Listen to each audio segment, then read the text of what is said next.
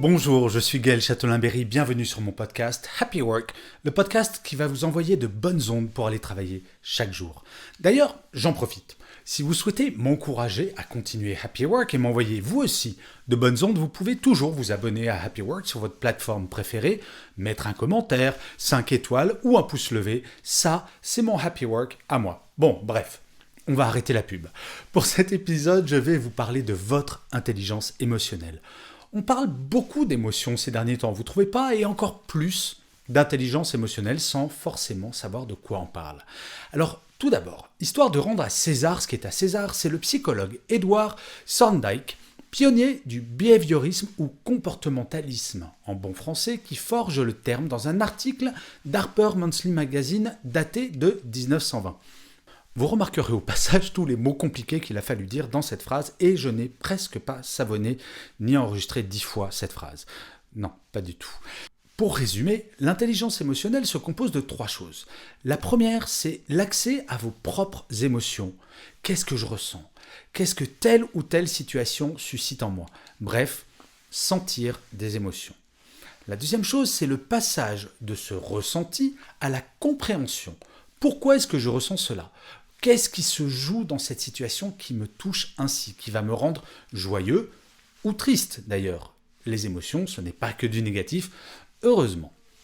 Et enfin, peut-être la chose la plus importante, la transformation de la compréhension en compétence pour agir et interagir.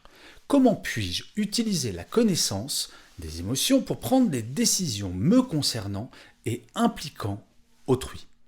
Comment travailler sur mes émotions pour qu'elles répondent pertinemment à mes besoins, à ceux de mes interlocuteurs et à ceux du collectif?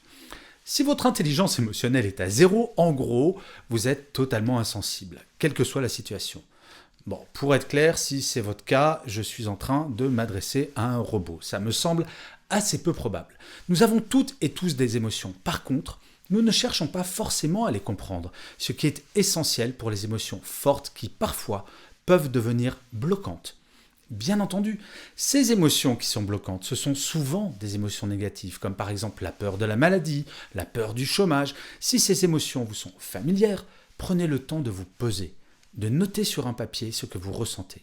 Il est fondamental pour comprendre le fonctionnement des émotions de mettre des mots dessus. La problématique de l'émotion, si vous ne prenez pas ce temps de pause pour la comprendre, c'est qu'elle va prendre petit à petit toute la place dans votre cerveau et vous empêcher d'agir de façon constructive.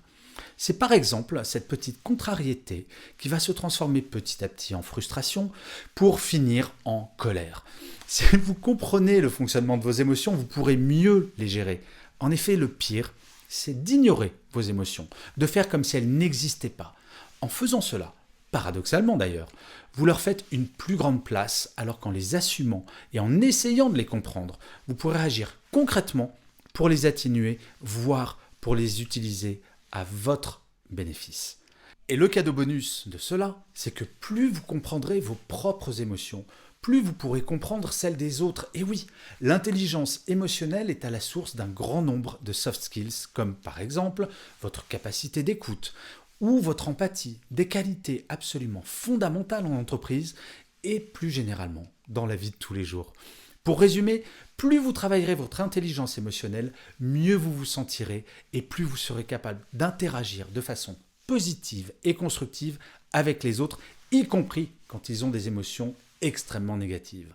C'est pas mal tout de même, non? Et je finirai comme d'habitude cet épisode de Happy Work par une citation. Pour celui-ci, j'ai choisi une phrase d'Arnaud Desjardins qui disait « Si vous voulez être libre de vos émotions, il faut avoir la connaissance réelle, immédiate de vos émotions. » Je vous remercie 1000 fois d'avoir écouté cet épisode de Happy Work ou de l'avoir regardé si vous êtes sur YouTube. Je vous dis rendez-vous au prochain et d'ici là, plus que jamais, prenez soin de vous.